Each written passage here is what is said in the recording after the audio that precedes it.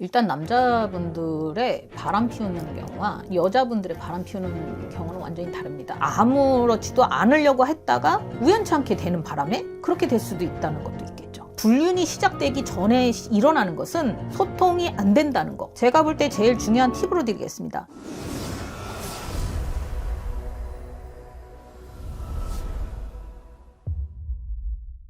안녕하십니까. 춘천 범백 인사드리겠습니다. 반갑습니다. 반갑습니다. 오늘의 주제는 바람 피우는 사람들의 특징에 대해서, 그러니까 불륜하는 사람들의 특징에 대해서 한번 알아보려고 하는데요. 정말 많은 사람들이 우리가 알지 못하는 그런 불륜과 바람이 정말 많이 일어난다는 말을 들었습니다. 실질적으로도 그렇게 이루어진다고 하고요. 그래서 선생님께서도 정말 많은 사람들의 점사를 봐주시면서 다양한 손님들이 있었을 것 같은데요. 그런 것들을 좀 상황 설명하면서 한번 말씀해 주시면 감사하겠습니다. 일단 남자분들의 바람 피우는 경우와 여자분들의 바람 피우는 경우는 완전히 다릅니다. 아, 그래요? 당연하죠. 근데 이제 남자분들의 바람과 여자분들의 바람은 왜 틀리냐면 일단 신체 구조도 다르고 성격상도 다르고 남자가 원하는 바도 다르고 여자가 원하는 바도 틀립니다. 일단 남자분들은 첫 번째로 성욕을 원하시는 분들이 있고, 그 다음에 경제적인 여유가 있다든가, 그 다음에 좀 뭔가를 쉽게 질리시는 분들, 그 다음에 외로움을 잘 타시는 분들, 거짓말을 좀 잘한다든가, 아니면 뭔가를 알 수 없는 깊이들을 가진 분들, 그런 분들이 좀 있고, 여자분들의 경우에는 약간 남편은 아니지만 다른 이성 같은 남편 같은 남자랑 차를 마시면서 어떤 내 남편을 좀 씻고 싶다, 그런 분들이 좀 많겠죠. 그 다음에 좀 감정적인 결핍을 좀 필요로 하는 분들, 그 다음에 인정받고 싶어 하고요. 그 다음에 어떻게 보면 남편들이 바람을 폈다 싶으면 나도 보복심이 일어서 나도 딴 남자 만날 수 있어, 이러고 싶으신 분들, 그 다음에 또 하나는 바람 피면 어떨까 하는 마음의 내적 갈등이 일어나는 분들이, 그런 바람의 특징을 갖고 계시는 분들이 좀 많습니다.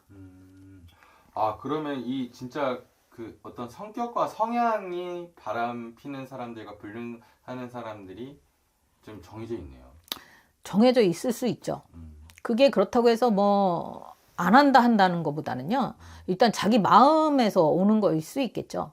근데 때로는 유혹 당하기도 하고, 어떻게 보면 우연치 않게, 그리고 또 하나는 어떻게 보면 아무렇지도 않으려고 했다가 우연치 않게 되는 바람에 그렇게 될 수도 있다는 것도 있겠죠. 아, 우연치 않게 바람을 피는 경우도 있어요? 그쵸? 뭐 앞집 뭐 한 아파트에서 바람이 날 수도 있는 거고요. 이게 사실 바람 피고 불륜을 하지 않고 가정에 충실해야 되는 게 맞잖아요. 그렇죠. 그러진 못하는 걸까요? 여자와 남자는 어떤 생각과 차이가 있고, 그리고 우리나라 결혼 제도가 조금 너무 길죠? 차라리 한 20년 있다가 딱 이혼 제도가 딱 없어지면 참 좋지 않을까요? 일단 제가 볼 때는 남자가 바람을 피든 여자가 바람을 피시든 결론은 서로의 감정을 이해를 못 하셨기 때문에 그럴 수도 있고요. 목표는 다를 수 있습니다. 바람을 핀다는 이유는 결론은 뭐 이혼은 안 하지만 바람은 피고 돌아올 거야, 이런 사람들도 있을 거예요. 그거에서 오는 잠깐의 쾌락은 그렇게 오래 길게 가지도 않고요. 결론의 끝은 좋지도 않습니다. 그러니까 웬만해서는 바람을 피운다는 거는 굳이 양심의 가책을 느끼면서까지 하지 않는 게 좋다고 생각하거든요. 웬만해서는 안 하시는 게 좋을 것 같습니다. 여자들이 남편을 봤을 때는 아우 무슨 저 인간이 찌질하게 절대로 바람 안 핍니다, 이래요. 근데 또 남편이 봤을 때 부인은 아유 그 여자는 절대 그러지 않습니다, 이래요. 어디서 봐, 어떻게 봐서 그런 얘기를 하는지 잘 모르겠습니다. 근데 남자들이 봤을 때는 내 부인은 절대로 안 그럴 것이고, 그거는 어디서 나오는 생각들인지 모르지만 제가 항상 그런 말을 들어합니다. 여자나 남자나 직장을 다니시고 밖을 나가실 때는 내 남편인지 내 부인이라고 생각하지 말라 그래요.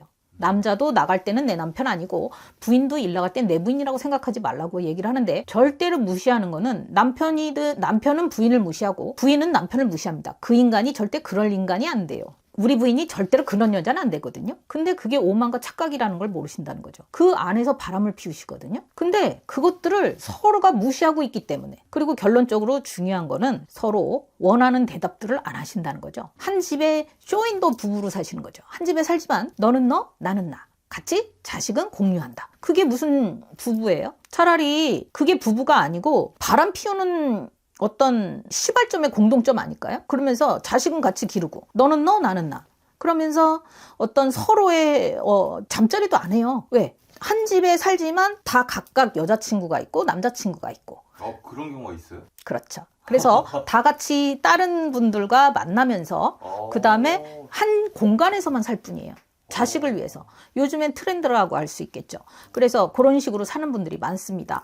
뭐 대부분 그렇다는 건 아니지만 어쨌든 간에 그런 목적들을 가진 분들이 되게 많습니다. 그랬을 때 보면 차라리 결혼이라는 굴레보다는 제가 볼 때는 동거를 차라리 처음부터 하시든가 아니면 결혼이라는 제도가 한 20년 정도 살다가 아예 없어지는 제도가 있었으면 좋을 수도 있겠죠. 그 대신 제가 볼 때 서로가 대화하는 방식을 좀 바꾸셨으면 좋겠어요. 처음부터 만약에 젊은 분들이 만났을 때 야, 너 반말 하시는 것보다는 두 분께서 대화할 때 서로가 불륜이 시작되기 전에 일어나는 것은 처음에 소통이 안 된다는 거, 그리고 서로 고집이 너무 세다는 거, 그 다음에 감정적이라는 거. 서로 대화하다가 둘이 대화를 시작하는 건 좋습니다. 서로 말이 툭 튀어나오면서 네가 그랬잖아 그러면서 말이 싸움이 되죠. 그러니까 감정적이 된다는 거예요. 그랬을 때는 서로 제가 볼 때 제일 중요한 팁으로 드리겠습니다. 두 분들이 반말을 하시다가 싸울 때 멈추는 방법은 서로 화가 났을 때는 존대를 갑자기 하세요. 약속을 하시는 거죠. 존대를 해서 멈추십시오. 그러면 나 화났어 하고 언지를 주시는 거죠. 그렇게 해서 멈춘 다음에 다음으로 넘어가서 얘기하시는 게 좋을 것 같습니다. 추가적으로 해주고 싶은 말들이 있을까요?